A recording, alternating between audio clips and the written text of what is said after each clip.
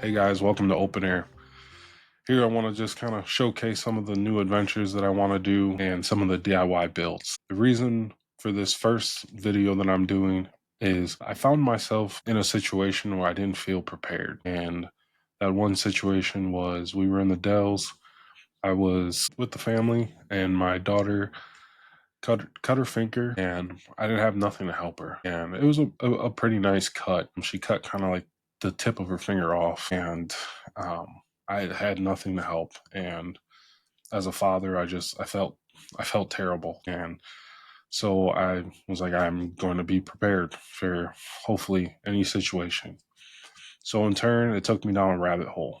And I started coming across a bunch of different videos on preparedness, which led from just general basic to into the survival mode, into bug out bags, go bags, get home bags, inch bags. The list could go on. And I found it very intriguing, and which ultimately led me to, kind of build my own thing. And so in turn, I wanted to kind of procure some of all this stuff new. Some of the tools I have, I'm a big hunter, so I'm big at like land navigation, stuff like that, but I have no military background, nothing like that. So I just wanted to kind of, outside of the things I already had, I wanted to just kind of see what it would be like to just fully engulf in this and get everything that I would need. And so my plan is to one, build a get home bag. And then the second one would be kind of like a bug out bag, inch bag. But I want to be able to use that bag in hopefully my new adventures. Because in this, I definitely started getting into the backpacking world and seeing how they pack their bags and go the ultra light way. And again, down a huge rabbit hole. And I started buying a bunch of different stuff. The first couple videos here, I'm going to kind of make it a series and just go through everything that I have bought and then give you my first initial reaction to it, what I plan to do with that particular item, and then just kind of go from there. So yeah, hopefully you guys like it. After the series, I'll definitely do a actual bag loadout.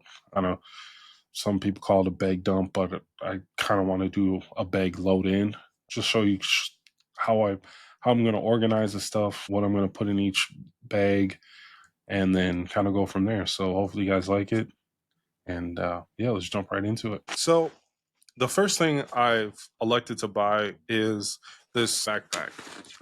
It is more on the tactical side, as you would say, but in turn, I really didn't care. I know a lot of people say if you're in an urban situation, you want to have more of an urban setting backpack, more plain Jane backpack.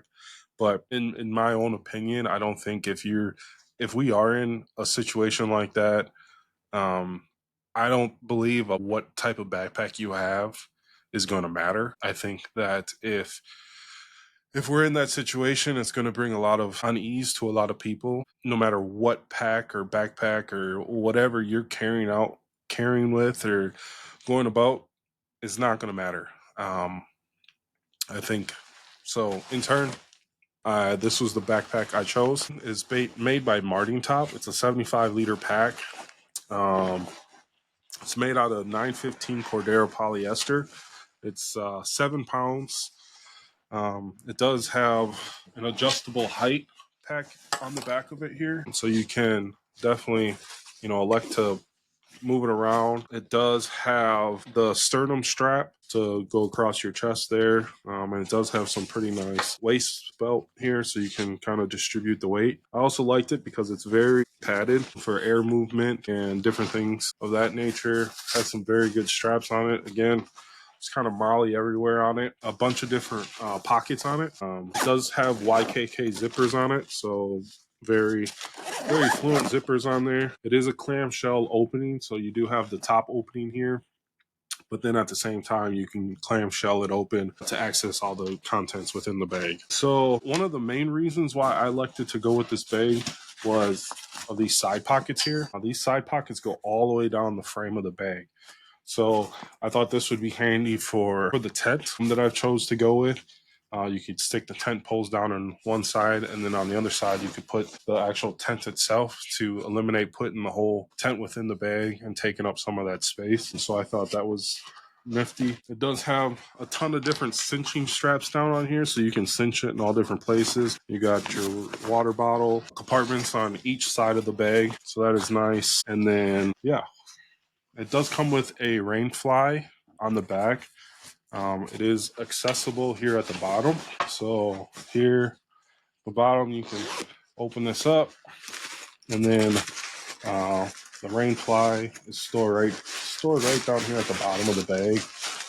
So you got quick access to it if need be. Again, this bag is water resistant, so I think obviously another thing I want to point out too at the same time is in doing all the videos and research that I could, I also started watching backpacking videos and just seeing how hikers pack their bags and the things that they elect to use.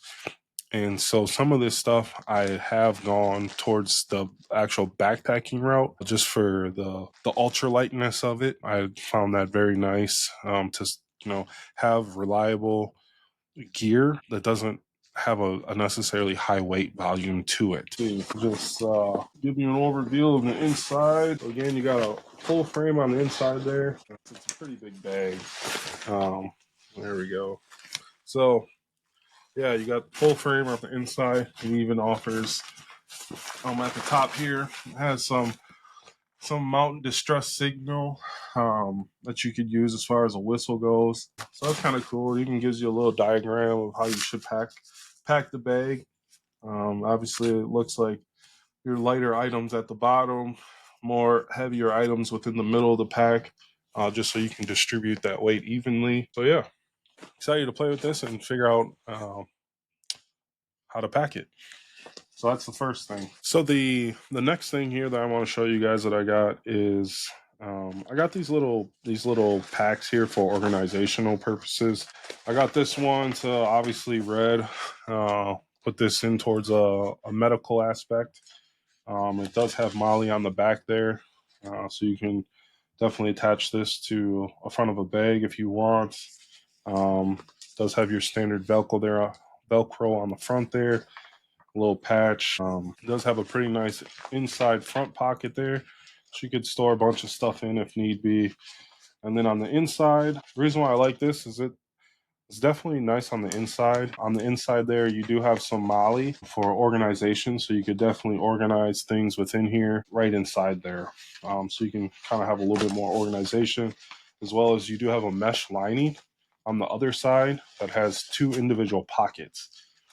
So you definitely do some more organization within here. And then it does widen out to be, I believe it's 2 inches wide once it's packed out. So, it's a nice little bag. Doesn't really weigh much. Again, I know some people in watching these videos, they definitely go with more plastic bags to waterproof things and don't necessarily like to have individual bags for different things. But as an organizer, I think having distinctive bags for certain things is appropriate. Yes, it adds a little bit of weight, but as long as you can quickly access the items that you want, I think it's a no question on having these type of things. The second bag is the same bag, just in a camouflage. Again, you got the Molly on there, front inside pockets, as well as the same thing on the inside. So you got the mesh inside there on the one side, and then the Molly organization on the other side. So again, same bag, same format, just to kind of give me another option. Again, I don't necessarily know how I'm going to pack any of this stuff out yet. I just wanted to get this stuff in hand, give you my first overall impression, kind of what it looks like, my thoughts on it, how I'm going to potentially use it, and go from there. So the next bag here I got for you is another organization bag. This is a tactical Molly. It's a rip away first aid pouch. So it does come with a backside there where you can rip away, so you can attach this to the back of your truck seat. If you want to put this Molly, it does have Molly on the back there, so you could put this right on the front of your bag. And then if you need to access this pouch, or take it away from your bag, you have that rip away function. I did like the rip away function. A lot of videos I've seen where people have these IFAKs. They use it for multi-purpose. You know, they got them in their vehicles. If they need them, they're there. But at the same time, you can easily take this off the back of your vehicle and throw it on your bag if you're in that situation where you have to bug out or whatever the case is. So I really like that aspect of it. The bag itself does have a clamshell front there, so it does clamshell out, and there is a more of a, it looks like more of a medicine. You can put your band-aids, your maybe your boo-boo kit within this pouch here. So it's at the bottom. And then you got a bunch of different organizational aspects in here. You got a pocket right here that you can organize stuff. You got different weaving here for attachments. Right here, you got a double weave. You could put a cat tourniquet here.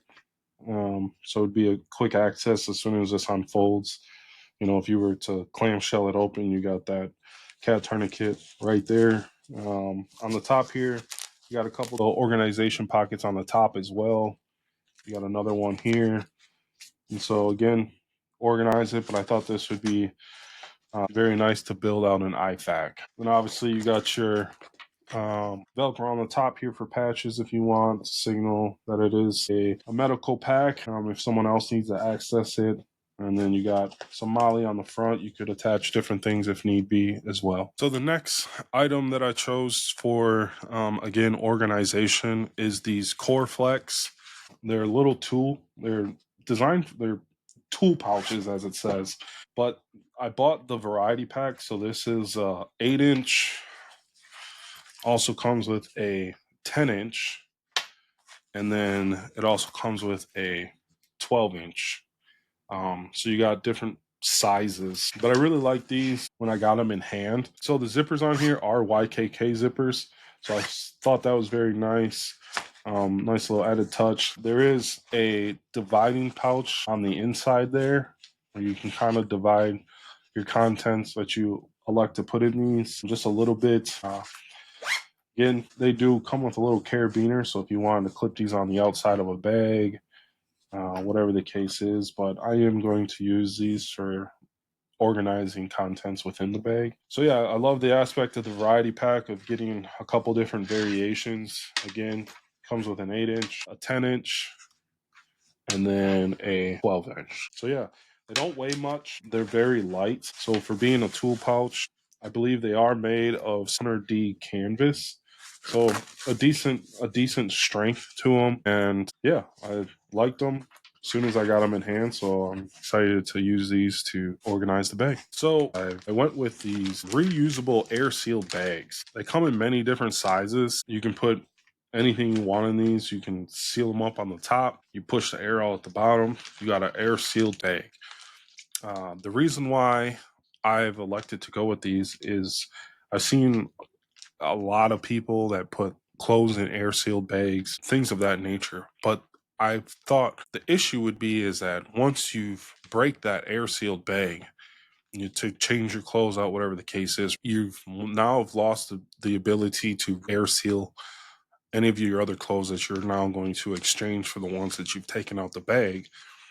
But at the same time, you're going to lose that space within the bag itself. So I thought having resealable air sealed bags is you can then take those, exchange those clothes, throw them back in the bag here, air seal it back up. You don't lose that space within the bag, but again, your clothes are, you know, able to not get wet if something arises to that. But again, with these, you can throw many different things in it. You could put electronics in it. You could do many different uses. I just think it's a useful thing to put in the bag. So another item that I got for storage is just a Sea to Summit for, I've seen a lot of people use these for food storage to keep your food from getting wet. So I really like that idea. Again, I did buy a smaller one. I believe this is a 20-liter bag. And then I did buy an 8-liter one as well. So this one I was going to mainly use for food. And then the other one, again, just to have maybe in the bag to use for electronics or anything of that nature, or just to have it for a spare bag. So yeah, nice Sea to Summit dry bag. So that is all the storage options that I have gotten. Again, I have no particular way I'm going to organize these things. I just want to give you guys kind of a first glimpse of the things that I have bought and kind of go from there. Again, my initial thought on it and potentially how I'm going to use it. So yeah, now to get into the actual contents of the bag. Now, I've seen going down this rabbit hole, you got the 10 C's, you got the 5 C's, you have many different philosophies that I think people go by. The one that stuck with me the most was the rule of threes.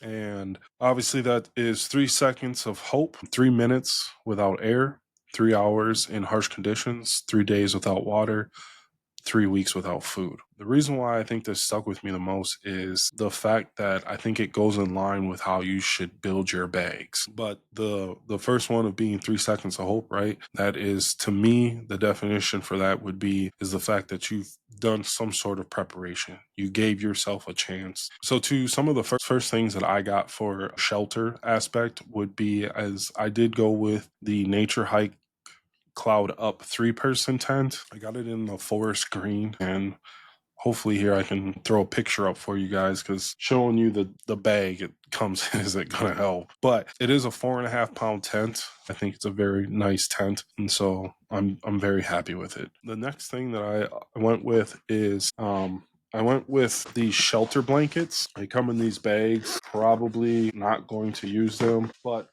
these are emergency survival blankets, but you can multi-use them into a tarp, whatever you want. So it does have that reflectant, 90% heat reflectant on the inside. It does have a couple grommets for you to use. It seems like a very sturdy, well-made blanket. The reasons why I went with this is obviously you can have, an emergency blanket to treat hypothermia, but at the same time, those are one-use items. They're meant for strictly emergencies. So obviously, I am going to pack those within the bag, but at the same time, for a multi-use item that you can, again, having that inside reflected for heat is nice. If you wanted to use this as a tarp, as a form of shelter, I think it's nice where you got that kind of that forest green beige color on the outside, but then obviously with having that heat reflecting on the inside, I thought this would be nice where, if you had a fire, you hung this up, it's going to bounce that heat back towards you. So you can hopefully have just kind of like a revolving heat just based off this. Seems very durable, has some really nice seam stitching on the outside, so it's not going to fray. So yeah, great option. So the next shelter thing that I bought was this survival tent with doors. I thought this was nifty. Again, it's more in that mylar material. So it's more of an emergency setup. So I was thinking this would be great for a get home bag. It does come with tent stakes already, as well as some paracord. So you kind of got everything right in here. So you're not having to double down on stakes or paracord. Everything's right in here. So it's a nice little package, I thought, for just a quick little tent setup. The next item that I got was a USGI Industries rain poncho. It's a military poncho. This thing is pretty big. I definitely have taken it out and put my backpack on and seen if it fit everything over the top, and it did. It has definitely some nice groundlets to it. Obviously use this as a poncho. You can use this as a tarp. If you had to hide your bag or something, you could use that depending on what ground cover you're in. So yeah, it's definitely a nice poncho, and again, multi-use. The big thing of redundancy within the survival aspect, which I agree. I think you got to have multiple options of everything that you want to kind of put in the bag, just so that if one option doesn't work, you have that second option. The redundancy rule: two is one is none. So the next thing I got was I just picked these up at Walmart. They're just some carbon stakes. They're very light. I just got 4 of them instead of trying to make stakes out in the woods with trees. For the weight that these have, I just think they're useful to have. So for cordage, I went with a couple different options here. I did go with a Wild Air cord. This is a true paracord. It does have multiple things in it. I believe it does come with a A waterproof fire tender.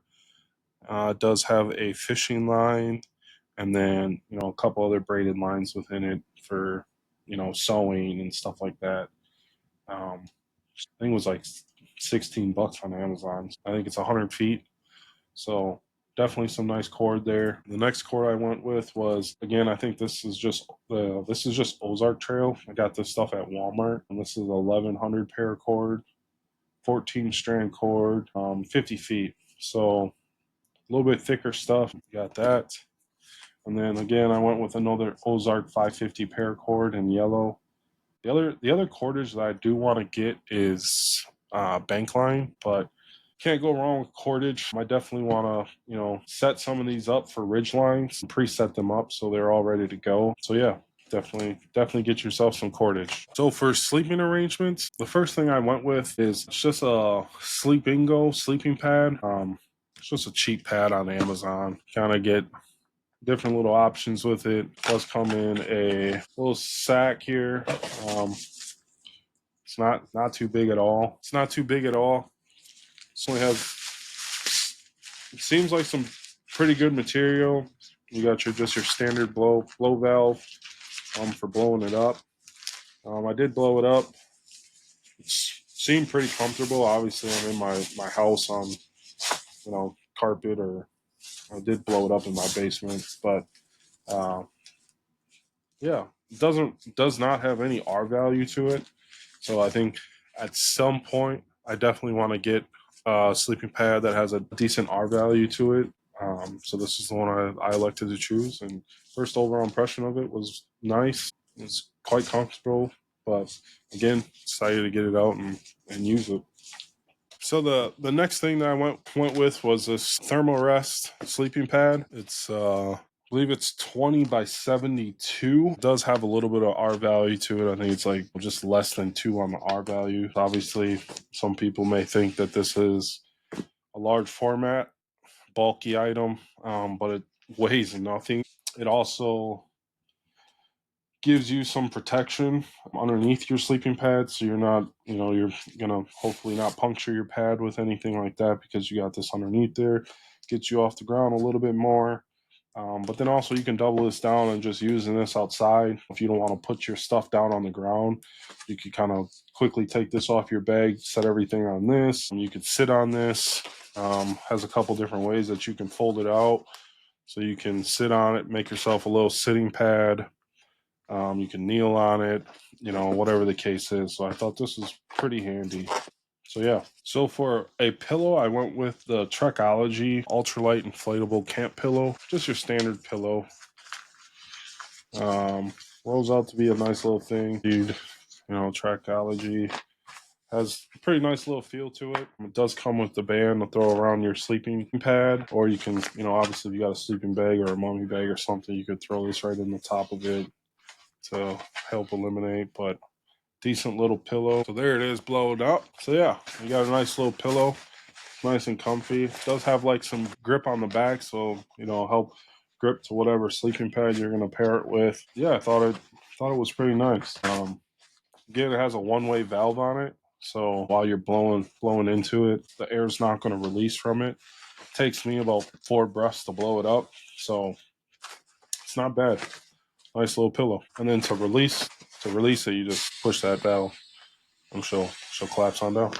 Nice little pillow. And then once you get it all on filled, once you get the air out, it packs down into a pretty small little size water bottle for reference. So it's definitely a nice little pillow. For blanket, I went with the 3M thin-insulated camping blanket. This is made by TG Tactical. Again, I've elected to put it right in one of those reusable air-sealed bags. It does come in a stuff sack. It's stuffed down pretty nice if you want to throw it in a stuff sack. I thought this would be a decent little blanket to put in a get home bag. It does come with a zip lining as well, so you can also double this down as a sleeping bag. It is very warm. I've rolled it out, got in it, just seeing how big it was.